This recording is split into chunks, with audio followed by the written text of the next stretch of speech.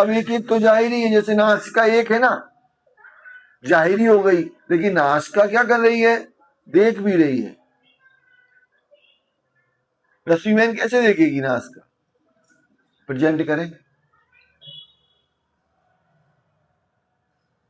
इधर तो नहीं तो छोटे बच्चे कहेंगे झूठ बोल रहे, नासिका देखी नहीं सकती, कैसे देखी। बढ़िया बढ़िया, खुशबू से महसूस हो जाता कि ये बंदा है। जैसे हम आंख बंद करें, नासिका तो अपनी काम कर ही नहीं, जैसे अंधे लोग कैसे जान जाते। आप दिल्ली में देखो, सूरदास लोग होते, तिथि छड़ी लिए रहते, खुशबू से जान जाते वो आ गया, वो आ गया, वो हो गया। आप बीच में खड़ी ना, धक्का देते हो आपको निकल जाए। तो खुशबू से हमें क्या महसूस हो जाता, देखने का, है ना। तो सुनते भी वैसे ही है, और स्पर्शता का भी वैसे ही उनको महसूस हो जाता है, सब कुछ वैसे ही होता है। पढ़े, इन विद्रुह मुतलक असल अर्थ के तन, इन विद्रुह मुतलक, इस प्रकार से वहां की ब्रह्मंगनाएं हैं असल अर्थ के तन। ये तो कहाँ के तन है, अखंड परम धाम की असल तन है। इनके अंदर एक गुण में 5 गुण समाहित है। अर्श तन, रूह है आत्मा, अर्श के तन या रूहों की आत्मा, तरफ सबों बराबर, सबों के अंदर एक पावर समान आया है।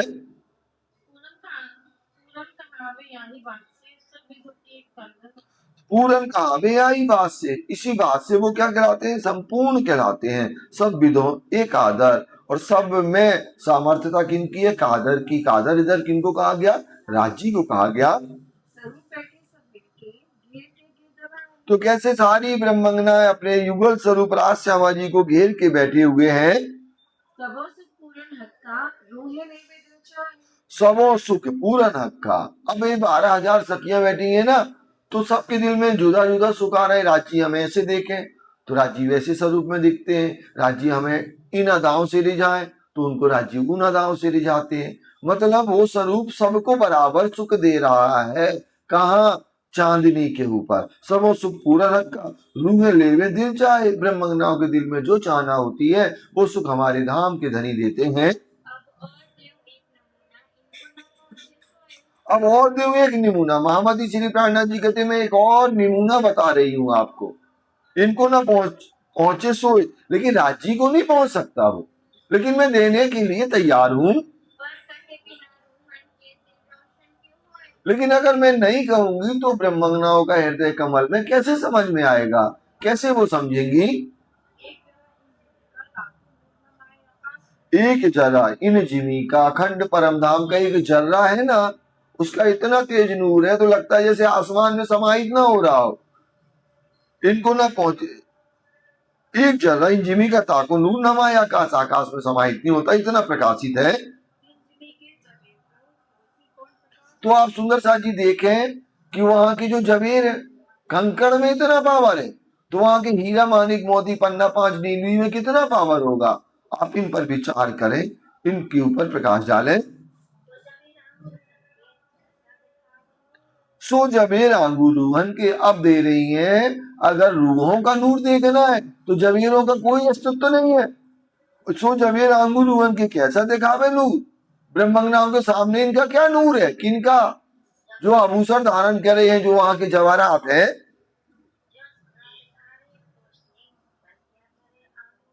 जो सितारे रोशनी, जब सूर्य का प्रकाश निकलता, तारों का कोई अस्तित्व नहीं होता। सूर्य के प्रकाश के सामने तारा अपने आप दब जाते हैं।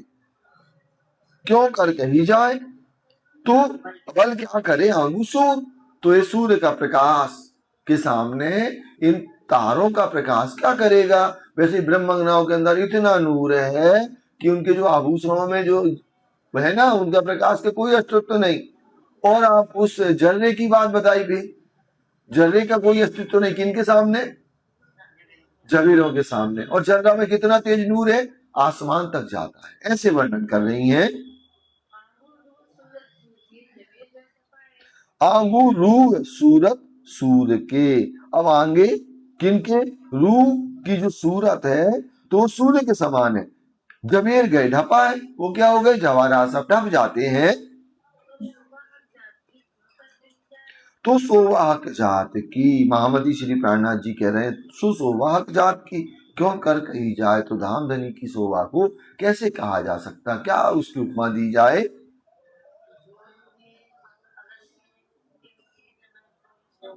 जो रूह है अंग अरस की, जो ब्रह्मंगनाएं कहाँ की हैं, अखंड परम धाम के जिनके अंग हैं, तीन चीज न कोई शोभा है, उनके सामने किसी की भी शोभा का वर्णन नहीं हो सकता।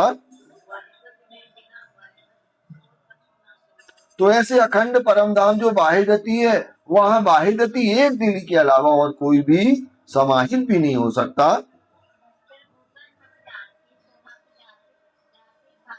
वस्त्र भूषण हक जात के, वहां के वस्त्र है, आभूषण है, वो सब कैसे बने, राजी के दिल से ही बने हुए, राजी के दिल से प्रकटन है। सो हक जाता ही का नूर, तो वहां पर जो नूर है ना, वो राजी के दिल का ही प्रकाश है।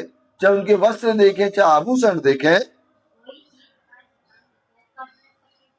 कोई चीज अरस अंग को, कोई भी वहां की वस्तु अखंड परम धाम के जो अंग है, ब्रह्मंगनाएं हैं, कर न सके जब, मतलब उनका प्रकाश की उपमा नहीं दी जा सकती। अखंड परम धाम शोभा अंग अरस के, जो शोभा है अखंड परम धाम की ब्रह्मंगनाओं की, या वस्त्र या भूषण, या वस्त्रों को देखें, आभूषणों को,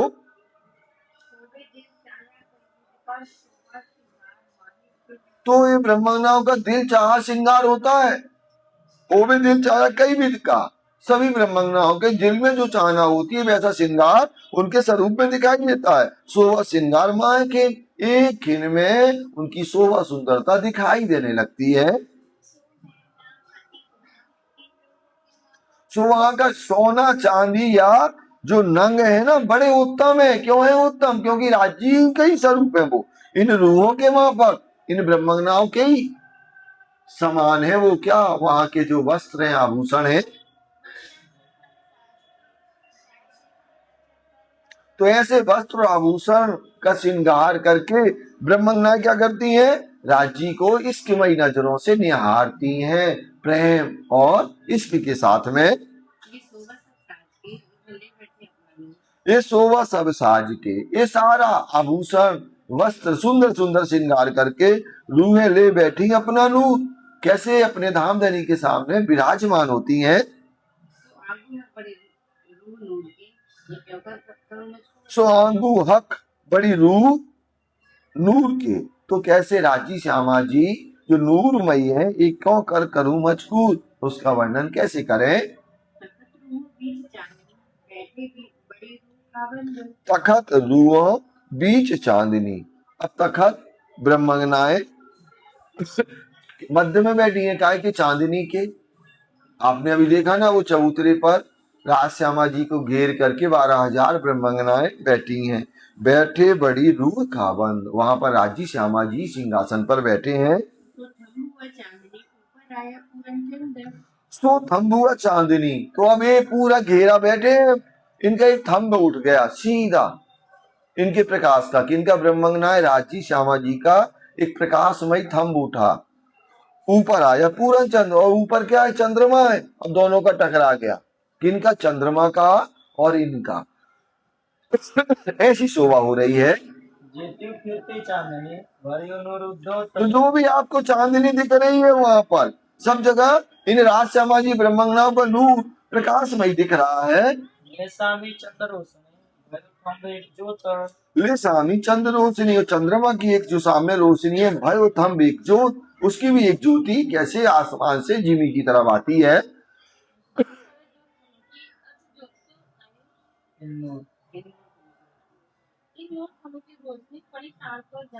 इन नूर थम्ब की रोशनी, अब ऐसे जो नूरी थम्ब है जो आपस में टकरा गया, यहाँ ब्रह्मंगना राज श्यामा जी का गया, वहां चंद्रमा का आया, तो इनका प्रतिबिंब काय में पड़ रहा, जल में पड़ रहा, हौज कौशल तालाब के जल में पड़ रहा है।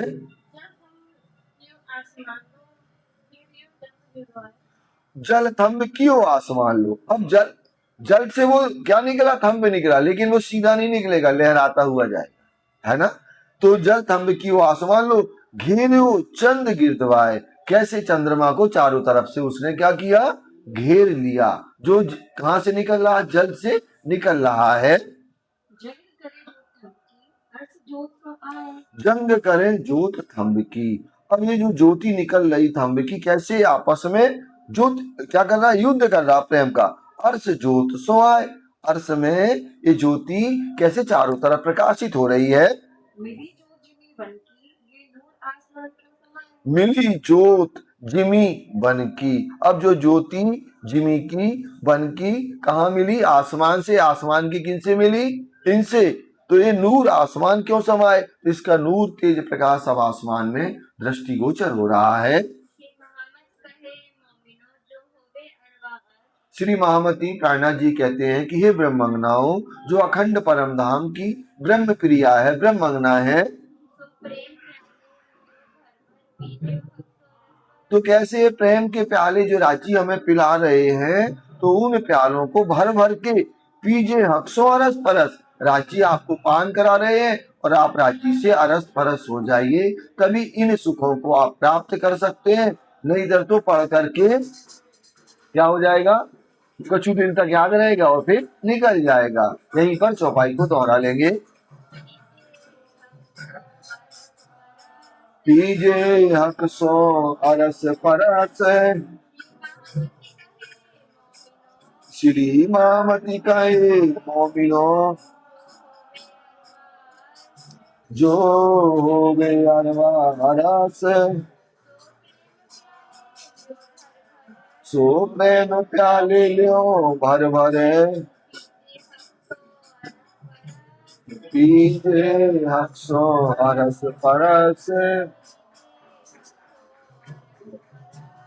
पीजे हक्सों अरस परस।